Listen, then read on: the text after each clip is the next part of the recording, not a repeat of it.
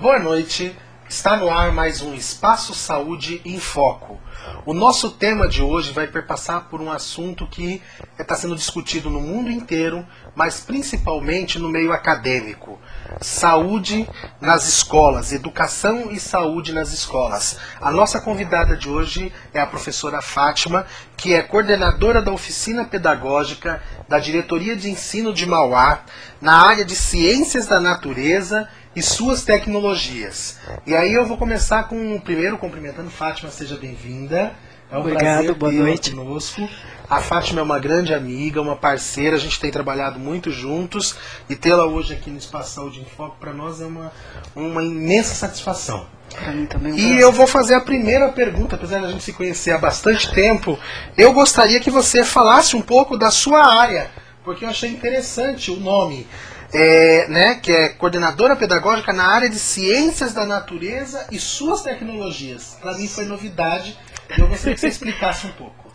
Bom, a Ciências da Natureza e suas tecnologias, ela inclui a disciplina de Ciências no ciclo 2, Biologia, Química e Física no ensino médio. Por isso, Ciências da Natureza e sua tecnologia. Ah, então essa parte que você inclui toda essa área. Toda essa área. E o que faz a coordenadora pedagógica? A coordenadora pedagógica da oficina trabalha com a formação de professores coordenadores. No meu caso, que estou como PCOP, né, que é o coordenador pedagógico da oficina de ciências, acompanhando os projetos ligados à saúde e ao meio ambiente, que são projetos implementados pela Secretaria de Educação de São Paulo.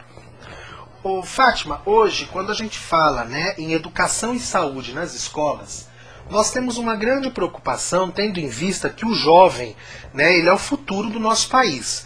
Então, uma educação de qualidade, um acesso adequado, né, uma qualidade também de meios para que os professores possam exercer a profissão. E aí a gente não fala só em segurança, mas fala em questão de salário, fala em questão, né, de acesso a cursos de treinamento que o Estado tem que dar e que tudo mais. Você acredita que, falando na questão da saúde especificamente, e aí vamos pegar o saúde e prevenção nas escolas, o Prevenção Também Se Ensina. Fala um pouco desses projetos no contexto atual hoje da Diretoria de Ensino de Mauá. Bom, esse projeto, para falar do contexto de hoje, eu preciso retroceder um pouquinho ao quando esse projeto iniciou pela Secretaria. Esse projeto iniciou em 96, com um nome bem sugestivo, a Saúde e Prevenção nas Escolas e Comunidade Presente, e de início ele tinha como foco principal discutir gravidez na adolescência e uso abusivo de drogas. Esse projeto ele foi crescendo, essa formação ela acontece a partir da Secretaria de Educação.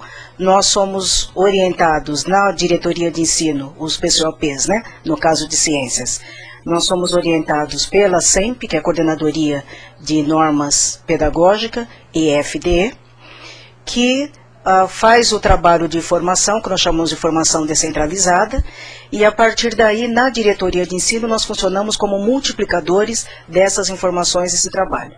O projeto Prevenção Também Se Ensina, hoje, ele faz um trabalho muito mais abrangente, porque nós trabalhamos com as parcerias, com as prefeituras, e nós temos uma parceria bem mais eficaz com a diretoria, com a Prefeitura de Mauá e a Prefeitura de Ribeirão Pires. Na Prefeitura de Mauá, nós trabalhamos diretamente com o programa DST-AIDS, que tem como coordenadora a Elisa, e o trabalho hoje ele é desenvolvido da seguinte forma: nós selecionamos 10 escolas que trabalham 8 oficinas voltadas para essa temática, né?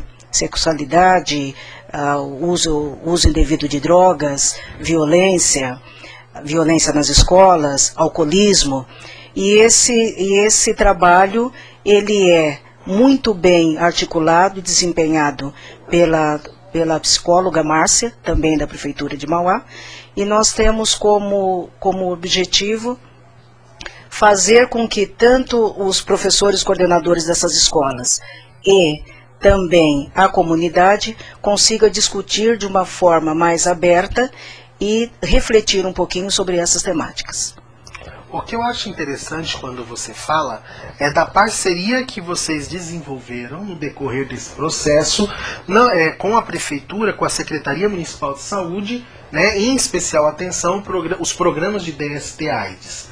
Né? E aí a gente tem visto que os resultados dessa prevenção nos adolescentes, principalmente, onde nós temos hoje que as doenças sexualmente transmissíveis, que o acesso e o uso abusivo de álcool e outras drogas tem sido um problema que tem se agravado, e nós temos visto aí na mídia, né, que o crack, agora uma nova droga que está surgindo mais barata, mas também que mais causa dano ao organismo.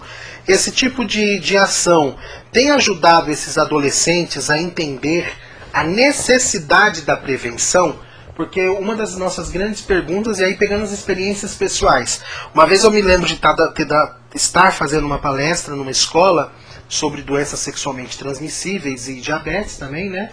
E numa das perguntas, um dos adolescentes disse: tio, AIDS tem tratamento, então eu não me preocupo mais em pegar porque tem tratamento. E aí a gente começou a abordar as consequências que as patologias, seja DST, seja uma sífilis, né, ou seja uma gonorreia ou qualquer outra doença sexualmente transmissíveis, quais são as consequências desses tratamentos para esses adolescentes que estão começando a sua vida naquele momento e que acabam não tendo noção do perigo de se adquirir até uma hepatite, um HIV, que são doenças que não têm cura, que causam sérios danos ao organismo e que essa pessoa vai perfazer aí anos e anos de um tratamento que corre no risco no envelhecimento precoce, no aparecimento e na facilitação do surgimento de outras patologias que às vezes as pessoas têm predisposição, mas devido ao contínuo medicamento que elas tomam, essas patologias se desenvolvem ou mais cedo ou mais severas, né? E aí nessa experiência com essas 8 escolas, né, com essas 8 turmas, 10 escolas e essas oficinas, quais são os resultados que você tem percebido? Nós finalizamos o primeiro grupo de escolas, né?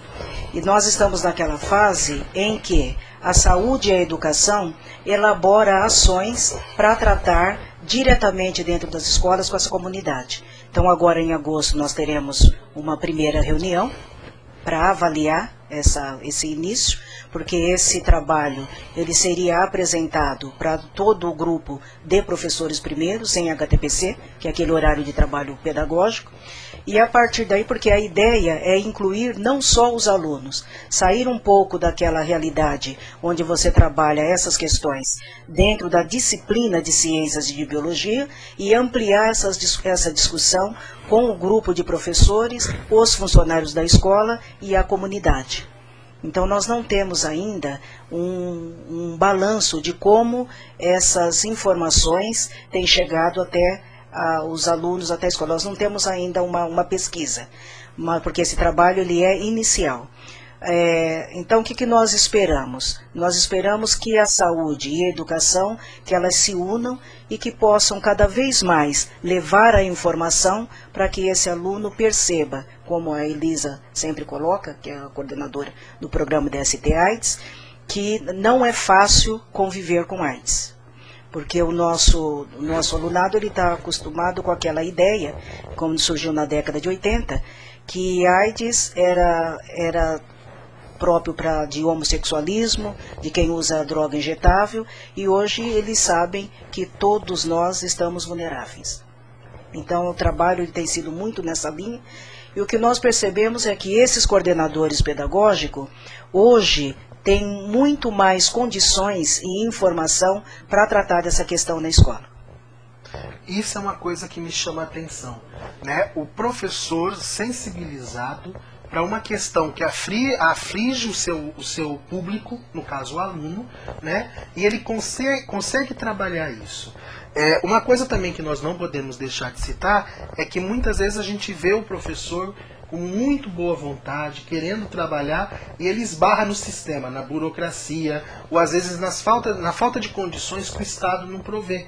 Isso nós temos visto aí em várias reportagens, em várias conversas que a gente tem tido, que os professores eles têm excelentes ideias, eles gostariam de desenvolver magníficos projetos, mas o Estado não contempla com uma ação mais efetiva que permita que esse professor desenvolva essa ação.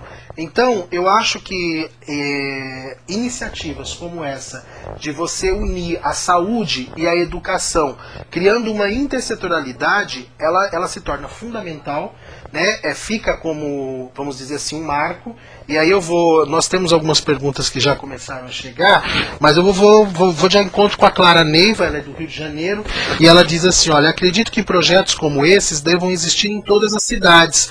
Parabéns por esse trabalho. E aí, Clara Neiva, a minha sugestão é que você, na sua cidade, procure a diretoria de ensino, procure a coordenação pedagógica e fale que você ouviu falar de um projeto com a saúde, vá até o programa de DST-AIDS ou um programa de anemia falciforme, diabetes, lúpus, converse com os funcionários da saúde para que essa intersetorialidade seja criada e para que esse projeto também seja desenvolvido.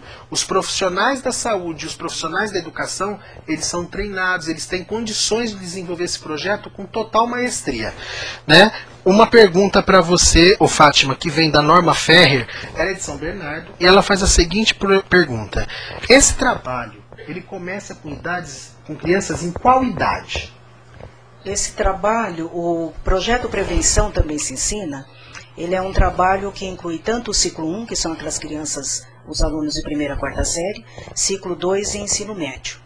Nessa parceria com a Prefeitura, como nós estamos trabalhando com o programa DST-AIDS, nós procuramos trabalhar mais com o ciclo 2, né, mais alunos de oitava série, e o ensino médio por conta da temática. Mas tem a ideia de se trabalhar esse esclarecimento, essa informação, também com a comunidade. Eu gostaria de falar um pouquinho sobre a questão do envolvimento do Estado e da própria Secretaria de Educação como políticas públicas. A Secretaria, essa parceria com a Prefeitura, ela é, na verdade, um incentivo da própria Secretaria da Educação do Estado. Porque se nós pararmos para pensar que o projeto Prevenção Também Se Ensina existe na rede desde 96 e como ele vem crescendo, e depende muito do profissional que está à frente desse projeto fazer com que ele se multiplique. Então, essa ideia das parcerias é fazer também com que nós consigamos trabalhar com os alunos multiplicadores, que em Ribeirão Pires, essa experiência ela está dando certo, na escola Ruth Neves Santana.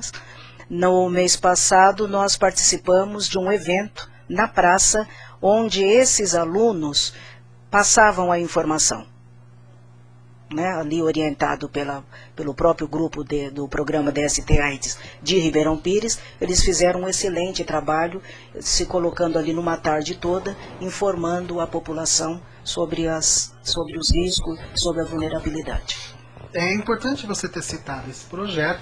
O projeto Adolescentes Multiplicadores é uma parceria da Diretoria de Ensino, da Escola, da Diretoria do Ruth Neves, com o programa e com a nossa instituição Espaço Saúde, que inclusive estava presente no evento com seus estagiários de serviço social, que em programas anteriores falaram sobre esse projeto aqui.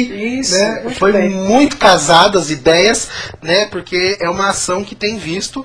Nós também estamos em plena fase da ação da Gincana Cultural, que vai trabalhar também todas essas nuances do Prevenção Também Se Ensina, educação nas escolas, só que com todas as faixas etárias dentro de temáticas adequadas, que foi desenvolvida pelo grupo, que foi formado pela parceria da Diretoria de Ensino, das Secretarias de Saúde de Mauá, Ribeirão Pires e Rio Grande da Serra, pelos programas municipais de DST-AIDS e pelas nossas instituições. Isso são ações que criam a possibilidade de levar informação ao adolescente, de levar informação ao estudante, à comunidade, não só aquele estudante que está dentro da escola, mas a comunidade que está em torno dessa escola. E aí vem de encontro a pergunta do Antônio Carlos de Santo André. Vocês acham que os adolescentes são mais suscetíveis a drogas e doenças por causa da falta de informação? Falta de informação? Acredito que não. Acho que a informação ele tem, porém nós precisamos parar e dialogar e questionar, conversando com esse jovem, num outro enfoque, pensando na valorização da vida. Eu acho que é isso que falta para nós. Conversar com esse jovem, sempre olhando para a qualidade de vida e para a valorização da vida. E essa ideia dos multiplicadores, ela é assim, muito propícia, porque a linguagem entre eles é muito mais fácil, né? Às vezes você ouvir o professor, ouvir o pai, ouvir uma palestra, não faz o mesmo efeito que a gente faz quando você trabalha ali com o jovem na linguagem ali do aluno. Essa sua última frase, né, sua última exposição, falando da importância do jovem falar para o jovem, é muito interessante, porque vai de encontro com a pergunta de uma pessoa, de um dos nossos ouvintes. A gente quer agradecer a participação de vocês. Perguntem, aproveitem esse espaço para tirar todas as dúvidas que vocês têm. Muitos de vocês devem estar se perguntando, gente, mas educação e saúde, o que isso tem a ver? Né? Ao contrário do que vocês imaginam, a saúde ela é um leque tão amplo que ela envolve várias áreas, né, como a educação. É um outro leque mais amplo ainda, que em determinados momentos as duas se cruzam e existe a necessidade do trabalho conjunto, das ações elaboradas em conjunto, criando experiências como essas que nós estamos falando para vocês hoje.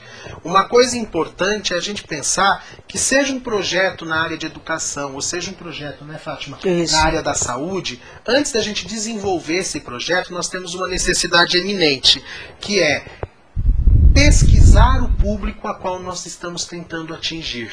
Verificar quais são as necessidades de determinados grupos.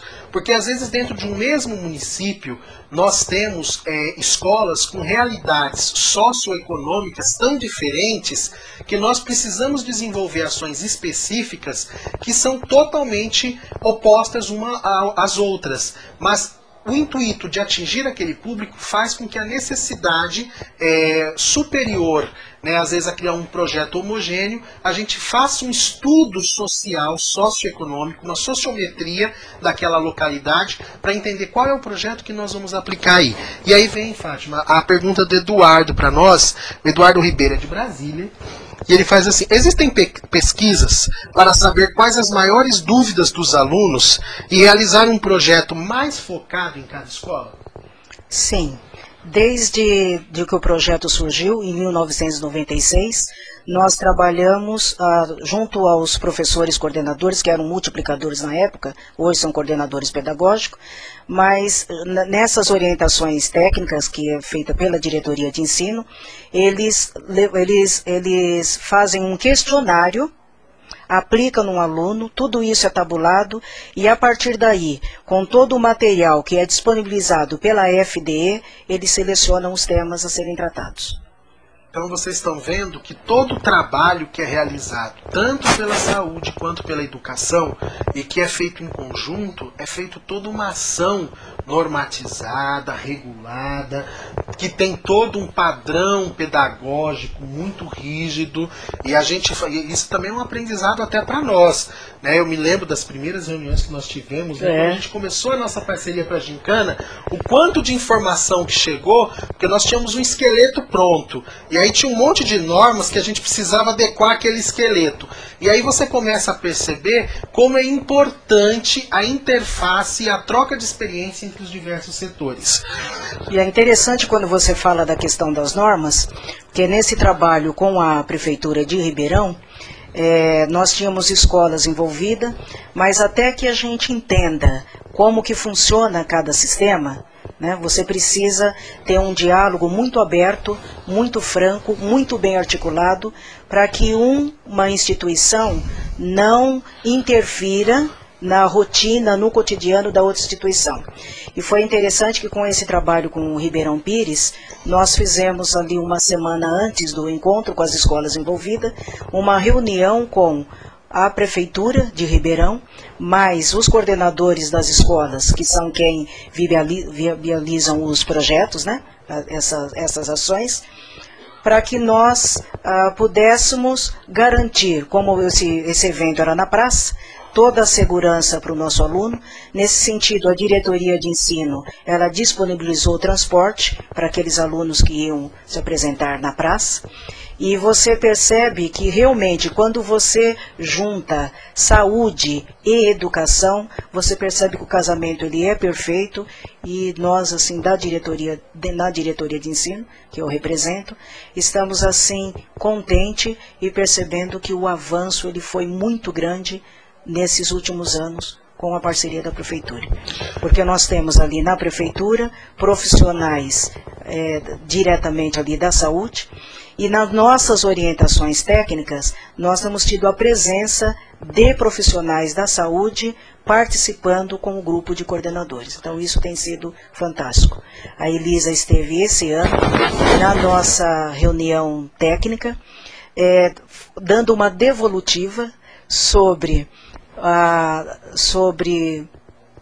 o Fique Sabendo, né, que é uma campanha de DST-AIDS que tem todo ano, e nós percebemos que realmente que a presença dela tem ajudado e muito os nossos coordenadores pedagógicos a levar a proposta para a escola. Uma coisa interessante que você disse, e eu sou suspeito para falar, né? Não faz aqueles assim, né? Eu vou até fazer assim que eu sou suspeito para falar. Mas assim, nós temos realmente uma coisa que eu conheço vários municípios, a gente tem uma vivência no país muito grande por causa das atividades que a gente desenvolve enquanto, né, conselheiro de saúde, enquanto representante de organizações da sociedade civil, e o comprometimento das equipes dos programas de DST-AIDS de Ribeirão Pires e Mauá são excepcionais. Não temos palavras enquanto sociedade civil organizada para dizer o quanto nós somos orgulhosos de sermos parceiros desses programas. Enquanto a gente vê relatos de outros parceiros, de outras instituições, de outros locais, relatando a dificuldade do acesso, né, ao gestor de saúde, e quando a gente chega nos espaços e fala, não, nosso gestor, peraí que eu vou ligar para ele e vou conversar. Peraí, você tem o celular do seu gestor? Não, nós temos contato direto, nós conversamos. Além de uma relação profissional, nós temos uma relação de amizade. Nós sabemos ter o respeito mútuo, o trabalho conjunto e o que é o papel de cada um. A gente sabe construir junto. Nossa, eu falo, que isso é uma construção da cidadania. Como a gente constrói a nossa cidadania no nosso dia a dia, o respeito pelo trabalho do outro, e eu tenho visto um esforço muito grande das equipes desses municípios em lutar contra o avanço da epidemia, e tentando fechar de todos os lados. Isso para nós é um orgulho muito grande. Nós da Espaço Saúde deixamos um beijo no coração de todos vocês aí das equipes e dos professores coordenadores pedagógicos, que também não posso deixar de dizer aqui que em outros lugares a gente também tem um relato da dificuldade do acesso à diretoria de ensino, da dificuldade do acesso aos professores, e na nossa região, acho que os anjos olharam e falaram amém, nós temos o casamento perfeito. Um acesso à diretoria de ensino que é invejada, viu? O pessoal fala, mas peraí, vocês têm parceria com a diretoria de ensino? Temos! Mas como que vocês conseguiram? Eu falei assim, conversando, sentando, negociando, mostrando a necessidade, ouvindo o que o outro tem a dizer e vendo que às vezes o que a gente queria não dá daquele jeito, a gente tem que adequar. Mas isso é impossível com a educação. Eu falei, não é impossível. É só você saber como respeitar o trabalho do outro. E a divulgação dos serviços que a Prefeitura tem feito para esse público. É então, maravilhoso. Isso é sem precedentes. Uma pergunta da Diana Marques, de Fortaleza, e eu vou fazer algumas perguntas, porque a gente está vendo aqui pela tela, as perguntas estão caindo. E aí a gente eu não quero deixar ninguém de vocês sem resposta. A Diana Marques, ela é de Fortaleza, ela pergunta, como são treinados os profissionais para lidar com prevenção para as diferentes idades? O material, ele já vem apropriado. Nós recebemos essas orientações, como eu já citei, né, anteriormente, pela FDE, então eu recebo essa orientação, que a gente chama de orientação descentralizada, orientação técnica. Nós recebemos um kit material com vídeos, livros e tudo mais, e ali nós temos toda a orientação pelas idades. A cada orientação técnica, nós separamos materiais, tanto para ciclo 1 como para ciclo 2 e ensino médio. Nessas 4 horas de orientação técnica, que são 4 grupos de professores coordenadores, nós trabalhamos os diversos materiais. Na volta desses encontros, eles trazem todos os resultados do trabalho e fazem uma socialização. E ela está parabenizando pelo programa, achou que é de suma importância a parceria entre saúde e educação, pois é o papel nas escolas, e também levar a informação do tema. Já a Ana Maria Duarte, ela é do Espírito Santo. E ela faz uma pergunta que acho que vai causar uma polêmica, mas a gente vai fazer a pergunta. Como a gente vai tentar ajudar ela? Se uma pessoa quiser levar esse projeto dos multiplicadores para o colégio do meu filho, como eu devo proceder? Levar para o colégio do filho, mas será que é? Eu entendi que ela está vendo a discussão, a ideia, o conceito da ideia. Multiplicadores. E ela lá no Espírito Santo, ela quer levar essa ideia para o colégio do filho que ela estuda. Seria interessante ela conversar com a coordenação pedagógica da escola e a direção, contar sobre o projeto, né, que ela está ouvindo, e pedir para que a própria escola faça o contato com a saúde do local. No local. E aí, assim, Ana Maria, esse programa que a gente está fazendo hoje, ele fica uma semana no ar. Se o professor coordenador pedagógico quiser assistir, vai estar disponível a partir de amanhã aqui na UPTV. Mas também, se você precisar de mais informações, ou o professor pedagógico quiser mais informações, ele pode entrar em contato com a gente na Espaço Saúde, ou entrar em contato direto com a Fátima na diretoria de ensino, né? Porque assim, nós teremos o maior prazer em ajudar você a levar a ideia e fazer essa troca de experiências. Para nós é gratificante que uma ideia que a gente construiu aqui seja divulgada em outros lugares. Normalmente as prefeituras elas querem, né, fazer esse trabalho, mas como você falou, às vezes não encontram espaço. Isso. O Peterson, ele faz uma pergunta que vai para um lado chamado... Vamos entrar um pouquinho de novo em bullying, né? Tem jeito, né? Um assunto que está aí na pauta de discussão. Como podemos viver sem preconceito junto da sociedade? Viver sem preconceito, eu entendo que é você fazendo esse trabalho, estabelecendo o diálogo e trabalhando um pouquinho mais a questão do preconceito, né? E da solidariedade ali entre as pessoas. Eu entendo que você tem que mesmo colocar um projeto e colocar isso em discussão. Então o bullying, ele ficou assim muito banalizado. A gente pensa que, você vê antigamente, ali há uns 20 anos atrás, se você chamasse alguém lá de neguinho, de baixinho, de gordinho, de repente isso não era visto como uma grande ofensa. E hoje em dia parece que qualquer brincadeira, coisas que na minha época de estudante você lidava com uma facilidade, era visto como uma brincadeira, hoje virou bullying, vira aquela agressão que a gente cai lá no outro tema que é violência. Então eu entendo que é o diálogo mesmo e você colocar um projeto específico para trabalhar essas questões. O Espaço Saúde, ele sempre deixa registrado qualquer tipo de indignação que a gente vê, ou lê, ou assiste, né? E aí quando a gente fala intolerância, seja ela por qualquer tipo de preconceito, porque o outro, ele é mais inteligente, o famoso CDF, isso. Ou porque ele é gordo, magro, ou porque ele usa um óculos mais a fundo de garrafa, ou porque ele tem uma orientação sexual diferente. Qualquer tipo de preconceito não é válido, né? A gente costuma dizer que a pessoa que tem preconceito, ela não tem informação. Ela precisava ter mais educação, mais acesso à informação.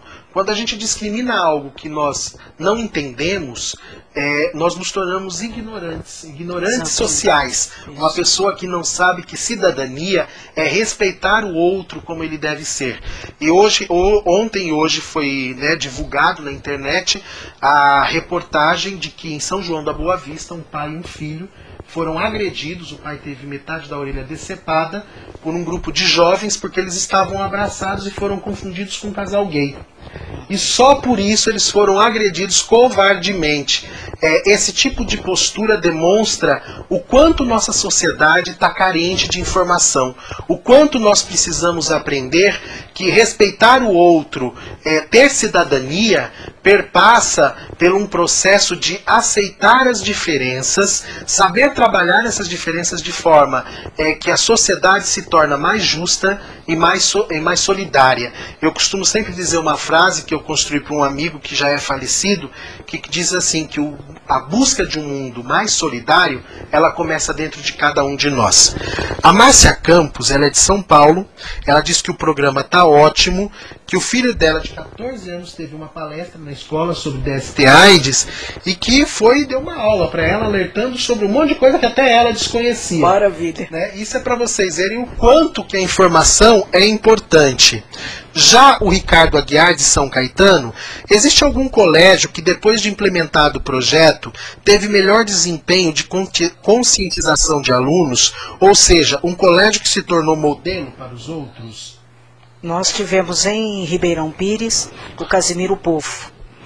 Eles apresentaram, nós já há 3 anos, nós estamos fazendo com o Mauá, no dia 1º, que é Dia Mundial de Luta contra a AIDS, nós estamos fazendo uma mostra desse projeto Prevenção com os alunos, a partir de músicas, danças e teatro. E a escola Casimiro Povo, ela trouxe assim um trabalho maravilhoso relacionado ao bullying e ao preconceito ao HIV, da DST/AIDS, que foi muito bem visto, que saiu até no jornal local e revista e tudo mais. Então é uma escola que realmente se destacou, foi um trabalho desenvolvido pelo ensino médio. Então, para vocês verem como que quando os alunos têm a oportunidade de desenvolver o seu conhecimento na linguagem deles, isso dá um upgrade, né? Eles saem de lá com uma informação que eles se tornam multiplicadores delas dentro do seu grupo, dentro da família, como a Samãe acabou de dizer, que o filho de 14 anos foi lá e deu uma aula para ela, porque ele tinha ouvido na escola. Abra o diálogo com seus filhos em casa, tentem entender o que eles estão aprendendo na escola, vocês vão se surpreender com o tanto de informação que a escola passa. O Fernando Maia, de São Paulo, ele fala que informação, quando é falada na língua dos jovens, é muito mais simples de ser assimilada. Felicita pelo programa e por esse trabalho excepcional. Fernando, um grande beijo, obrigado pela sua participação. A Silvana Teixeira, de Porto Alegre, seria ideal todos os colégios possuírem profissionais da saúde trabalhando junto com os coordenadores para levar informação aos alunos. O que falta para que isso seja uma realidade nas escolas brasileiras? Olha, eu percebo assim, o projeto Prevenção Também Se Ensina, que foi colocado pela Secretaria de Educação, eu penso que é uma questão assim também pessoal. Eu recebo uma informação, uma orientação técnica dos órgãos centrais. Se eu voltar para a diretoria, de ensino, e não multiplicar esse trabalho, eu acho que é pessoal, é de cada um. Se eu não multiplico o trabalho, esse trabalho se perde. Tá? Então é uma questão assim de a gente realmente parar para pensar na necessidade, olhar para a problemática que está aí, para o mundo que está, e ver a necessidade mesmo de trabalhar e discutir essas questões. O Tarcísio Garcia, Fátima, de Campinas, ele faz a pergunta também nessa mesma linha. Quais são as maiores dúvidas que os jovens encontram quando se diz respeito à prevenção? E quais os maiores mitos a serem derrubados? No trabalho de prevenção, eles trazem assim muita distorção em relação aos contraceptivos. E o que mais que ele pergunta? Na questão ele pergunta, o Tarcísio, ele fala quais são os maiores mitos a serem derrubados. Os mitos a serem derrubados são aqueles de comigo não acontece. Eu estou sempre achando que vai acontecer com o outro, comigo não. Então é você olhar um pouquinho mais e entender que hoje todos nós somos vulneráveis. Bom, isso é para vocês perceberem que todos estamos aí suscetíveis a qualquer situação. A gente acredita que isso nunca vai acontecer conosco ou com alguém que a gente ama que está próximo. E de repente a gente se depara com uma situação muito peculiar que a gente achou que até então ela nunca bateria a nossa porta. A gente costuma dizer que a vida que nós vivemos nesse mundo, né, nesse planeta, é uma só. Nós devemos viver ela com sabedoria, exercer a saúde em sua plenitude, e quando a gente fala saúde, não é a ausência de doença, né, mas é a prevenção dessas doenças, é trabalhar para que nós tenhamos um físico e uma mente saudável, para que nós possamos exercer a nossa vida no dia a dia, né, podemos viver no dia a dia com qualidade. A Kate, ela é de Vargem Grande, faz uma pergunta polêmica. Como podemos enfrentar o medo diante de tanto preconceito da população e também da família por viver e amar alguém com o vírus HIV? Olha, a discussão ela tem que acontecer. Dentro das escolas, a gente tem procurado selecionar aqueles profissionais, professores, né, porque o coordenador ele faz essa formação depois com os professores. Aquele professor que tem mais facilidade em lidar com esse tema. Por que eu defendo a parceria com a prefeitura? Porque nessas oficinas, o professor coordenador ele está aprendendo a lidar com essa situação. Ele está sabendo como abordar, como chegar nessas pessoas.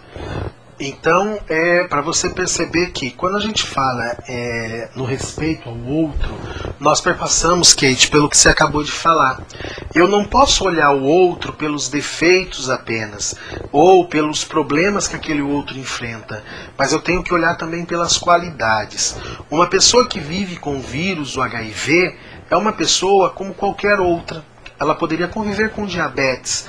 A diferença é que o HIV é transmissível pelo contato sexual.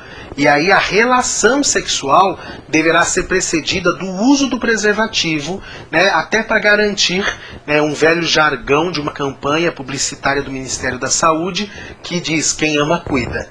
Né? Então você perpassa aí pela prevenção do outro, e a pessoa que usa, que é portadora do vírus HIV, ela também tem que usar o preservativo, não só com essa ideia de que eu vou usar o preservativo para que a outra pessoa não contraia o vírus. Não, ela tem que usar o preservativo pensando que ela tem que se preservar para que ela também não tenha nenhuma contaminação por uma outra patologia, e eu posso citar como exemplo aqui a hepatites, né? Ou então uma sífilis, uma gonorreia. Então o uso do preservativo, na verdade, é uma questão higiênica de prevenção de ambos, para ambos os lados, não só pensando em um dos lados, mas também a responsabilidade do uso do preservativo é de ambos. E aí a gente poderia entrar aqui no tema que a gente pode trazer nos próximos programas, que é a criminalização das pessoas vivendo com HIV na questão da contaminação, que não vamos debater aqui agora, mas a responsabilidade do uso do preservativo, isso tanto para vocês meninos quanto para vocês meninas, é de ambos, né? Como diz, sem preservativo não tem sexo, né? É difícil, mas se a gente não fizer assim, nós nunca vamos nos cuidar e cuidar do outro. O Marcelo Guimarães, ele acha que esse trabalho de informação, ele faz a seguinte pergunta, ele é de São Bernardo. O trabalho de informação de saúde e prevenção nas escolas deve começar em casa com os pais também? Com certeza. Mas para isso, a escola ela precisa se posicionar e preparar um pouco esses pais, porque às vezes eles não sabem como chegar nessas crianças. Então por isso que é importante, você fala prevenção e comunidade presente, porque a comunidade ela precisa ser trabalhada, porque tem muitas famílias que não conseguem tratar de determinados assuntos com seus filhos. Então voltamos a um questionamento que nós temos falado em vários programas. Papais e mamães, conversem com seus filhos. Não tenham tabus em conversar com seu filho sobre qualquer tema que seja. É mais fácil você conversar dentro de casa do que ele descobrir na rua. Ele pode ter a sorte na rua de descobrir com os coleguinhas, ou com uma pessoa mal intencionada que vai induzi-lo a fazer coisas que ele não está acostumado, né, porque ele, ou que ele não deveria fazer, porque ele não tem informação adequada. Então a corresponsabilidade dos pais dentro de casa em discutir, e aí eu volto àquela afirmação que eu fiz agora há pouco, conversem com seus filhos sobre o que eles têm aprendido na escola, não só sobre a matéria, mas sobre os temas adversos que têm sido tratados na educação. Vocês vão ficar surpresos com o leque de informação que tem sido debatido. Mas aí esse adolescente, essa criança, esse jovem, ele precisa chegar em casa e ele precisa dialogar com a família, fazer essa troca dessa experiência, demonstrar que o que ele está aprendendo serve não só para ele, mas para o conjunto familiar. A Lídia Galindo, né, foi a nossa entrevistada da semana passada, tá assistindo o programa hoje. Um beijo, viu, Lídia? Tá falando que o programa tá ótimo, tá? A gente agradece a sua audiência, esperamos a sua participação toda terça-feira, né? E aí o Adalberto de Souza, de São Caetano, acredita que levar as informações através de métodos lúdicos surte mais efeitos nos jovens. Você concorda, Fátima? Eu concordo, e esse material da Secretaria Saúde e Prevenção na Escola, todo colocado a partir de oficina, tem trabalhado muito lúdico. E nós percebemos que os alunos, quando você pede para que ele trabalhe, para que ele desenvolva matemática, nós percebemos que o teatro, a música e a dança está sempre presente. Nós temos uma pergunta também polêmica, gente. Hoje tem polêmica? Hoje tem polêmicas aqui, mas a gente não vai deixar sem resposta. A Ana Paula, de Vargem Grande Paulista, ela diz assim: sou portadora, né? Mas meu namorado não é. Eu ouvi falar na escola e até na mídia que podemos fazer sexo sem preservativo porque não passa desde que minha carga viral esteja indetectável. É sério mesmo? Vamos esclarecer, Ana Paula. A questão da carga viral indetectável, existem estudos que foram divulgados, inclusive recentemente, na mídia, por universidades respeitadas, de que a carga viral indetectável reduz a transmissão do vírus a um nível considerado quase nulo. Quase, mas não nulo. Então o risco sempre existe. O ideal é você usar o preservativo, como eu te disse, não só para garantir você transmitir o vírus para o seu namorado ou vice-versa, mas para garantir que você não contraia nenhum outro tipo de doença sexualmente transmissível que pode vir, aliada ao seu HIV, comprometer mais o seu organismo ou até a sua imunidade. Isso é um fato, né? Os estudos são de faculdades respeitadas, como eu disse, porém o cuidado é individual de cada um. Certo. Cada um tem que ter a consciência do que é certo e do que é errado. O bom senso, ele sempre prevalece. O cuidado com o outro perpassa a partir da responsabilidade. Também de uma conversa de ambos. Isso. Ambos têm que discutir até onde entram quesitos como fidelidade, respeito. Isso tem aparecido muito nos encontros. Porque... se eu tenho um relacionamento, eles chamam de relacionamento firme, estável, eu não preciso usar preservativo. Então eu conheço, eu estou lá na ideia lá do ficando, eu uso preservativo. A partir do momento que aquele relacionamento passa a ser sério, eu não uso mais preservativo. Até que ponto? Acho que cai um pouquinho nisso. Que é a questão do, a minha cerca é sempre a mais segura. Isso. Né? A minha cerca é sempre a mais segura. Então, assim, perpassa pela responsabilidade mútua, tanto sua, Ana Paula, quanto do seu companheiro. Se vocês conversaram e chegaram a um consenso baseado nesses estudos que foram divulgados, é uma corresponsabilidade de ambos. Porém, a recomendação do Ministério da Saúde, a nossa recomendação dos programas de DST/AIDS é: usem preservativo. Se tem dificuldade com o uso do preservativo masculino, temos a opção do preservativo feminino, que pode ser colocado até 6 horas antes da relação sexual. Né?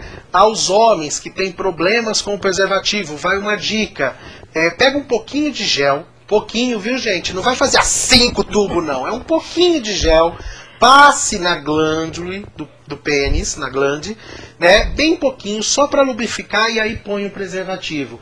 A flexão do preservativo, né, na hora da relação fica muito mais fácil e muito mais prazerosa e não causa nenhum prejuízo à relação. E a prevenção está garantida. Tudo bem? Preservativo sempre. Preservativo sempre, né? Não vamos pensar. Eu gostaria de dar só um recadinho, aproveitando. Nós não podemos esquecer que nós estamos em meses de conferência. A partir de agora, acontecem as conferências estaduais de saúde nos 27 estados federativos, e em dezembro vai acontecer a Conferência Nacional de Saúde. Procure no seu município saber quais são as discussões de saúde e educação, de saúde e assistência, que estão sendo debatidas pelo Conselho Municipal de Saúde, pelo Conselho Estadual de Saúde. Esteja se inteirando. O tema da conferência esse ano, ele vai perpassar pela Seguridade Social, que envolve o tripé da saúde, da assistência e da previdência. Quanto mais você, cidadão, participar da construção das políticas públicas no seu município, no seu estado, no nosso país, nós vamos conseguir construir um país melhor, não só para que nós mesmos usufruamos, mas para que os nossos filhos, os nossos netos, eles possam ter um país mais justo, né, um acesso à saúde mais garantida. E fiquem alerta: do mesmo jeito que existem pessoas que defendem o SUS, existem pessoas que querem acabar com o SUS. O SUS é um patrimônio do povo brasileiro, e nós, enquanto brasileiros, devemos defendê-lo. Fátima, eu vou pedir que em 5 minutos, está acabando o nosso tempo, olha, já te falei que passava rápido, né? Você, em 5 minutinhos, o nosso assistente, você vê, ele mostra, ele bate no vidro, ele fala, né, o que seríamos nós sem ele. Um dia eu vou pegar a câmera e vou virar para mostrar ele, porque ele nunca aparece, ele só aparece nos bastidores. Eu vou aprontar isso com ele ainda, foi uma boa ideia, gostei. Em 5 minutos, para você fazer suas considerações finais sobre o debate de hoje. Bom, eu fiquei assim muito contente de estar aqui, de estar conversando um pouco sobre essa parceria. E não posso deixar de dizer da minha alegria com essa parceria, uma vez que a diretoria de ensino de Mauá, ela contempla os municípios de Ribeirão Pires, Mauá e Rio Grande da Serra. Então nós estamos com um trabalho bem efetivo com Mauá e Ribeirão Pires, né, mas ele está muito mais articulado em Mauá, e nós esperamos, vou aproveitar o programa para dizer isso, nós esperamos conseguir um trabalho neste mesmo nível, nesse mesmo caminho, com o Rio Grande da Serra, porque aí a diretoria estaria atendendo, de fato, todos os municípios. Olha, Fátima, eu queria agradecer sua presença. Para nós foi um imenso prazer tê-la conosco. Espero que a experiência tenha sido boa de aparecer numa TV online, né? Só você mesmo fazer isso comigo. Fica aberto aqui a TV, fica aberto o nosso espaço do Espaço Saúde para a diretoria de ensino. Quando vocês precisarem e quiserem debater qualquer tipo de tema e que precisar de um espaço de mídia, de divulgação, a nossa instituição abre as portas para você desse espaço nosso, porque será sempre um grande prazer. Antes de eu fazer as minhas considerações, eu não posso deixar de responder uma última pergunta que chegou. É da Maria Helena, ela é de Diadema, e ela diz que ela é enfermeira e que sobre esse debate da questão da carga viral indetectável ela ficou muito preocupada, né? Ela ficou muito preocupada, porque além do HIV tem as hepatites, que é uma doença muito mais séria, até no comprometimento do organismo como um todo. Maria Helena, quero dizer que também é a nossa preocupação, né? Porque infelizmente essa informação foi divulgada na mídia de uma maneira não vou dizer descontrolada, mas assim, muito solta, o que pode ocasionar uma falsa segurança das pessoas, e essa é uma preocupação que nós temos sempre, de que as pessoas estejam cientes que não existe só HIV, né, que não existe só AIDS, mas que existem outras doenças como as hepatites, né, como a sífilis, que quando não tratada e atingido estágios muito graves pode levar à morte, causar danos, né, ao sistema nervoso central irreversíveis. Então, para nós também é uma preocupação de que as pessoas se atentem de que não existe só HIV, existem outras doenças sexualmente transmissíveis, e que o uso do preservativo não é apenas, se eu usar preservativo eu não pego HIV. Bom, agora que temos a carga viral indetectável, a primeira pergunta que eu falo, sua carga viral é indetectável? Então não precisamos usar o preservativo. Só que eu estou esquecendo, né, eu não estou me lembrando que existe as hepatites, a sífilis, a gonorreia, e cancro, e outras doenças. O cancro, por exemplo, se não tratado pode levar a câncer, né? Então nós temos todo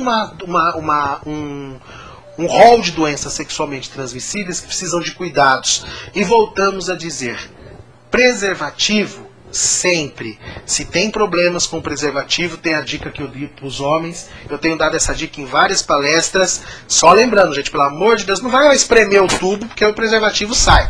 É um pouquinho na glande, e aí põe o preservativo sem problema. Prometo que nos próximos programas eu vou trazer aqui, né, um aparelho para demonstrar como isso é feito, para que vocês possam entender como fazer esse processo para ter mais prazer, mas não deixar de se prevenir. A regra é preservativo sempre. Eu queria dizer para vocês que no debate de hoje, o que mais nos interessa é que você que está nos assistindo, que você que tem nos acompanhado todas as terças-feiras, para você que está assistindo pela primeira vez também, esperamos que nas próximas terças-feiras esteja aqui, é que informar a população, a comunidade, sobre saúde, educação, mas principalmente sobre cidadania. Nós não vamos conseguir construir um país mais justo, mais solidário, se nós, cidadãos brasileiros, não nos informarmos, não buscarmos a informação. É impossível termos qualidade na saúde, qualidade na educação, se nós também não fizermos a nossa parte. Todos nós somos responsáveis pelo país em que vivemos e pelas políticas públicas que são executadas, seja no nosso município, seja no nosso estado, ou seja no nosso país. Eu costumo lembrar de eu não vou lembrar o poema inteiro, né? Talvez a Fátima lembre, eu não sou, minha professora de português me perdoe, por favor, mas eu não vou lembrar. Mas eu me lembro que tinha um poema em que, o que é aquilo no meio do lixo, mexendo? Será que é um gato? Um cachorro? Oh meu Deus, é um ser humano. Antes de nós reclamarmos do que nós temos, a gente tem que olhar para trás. E aí uma parábola.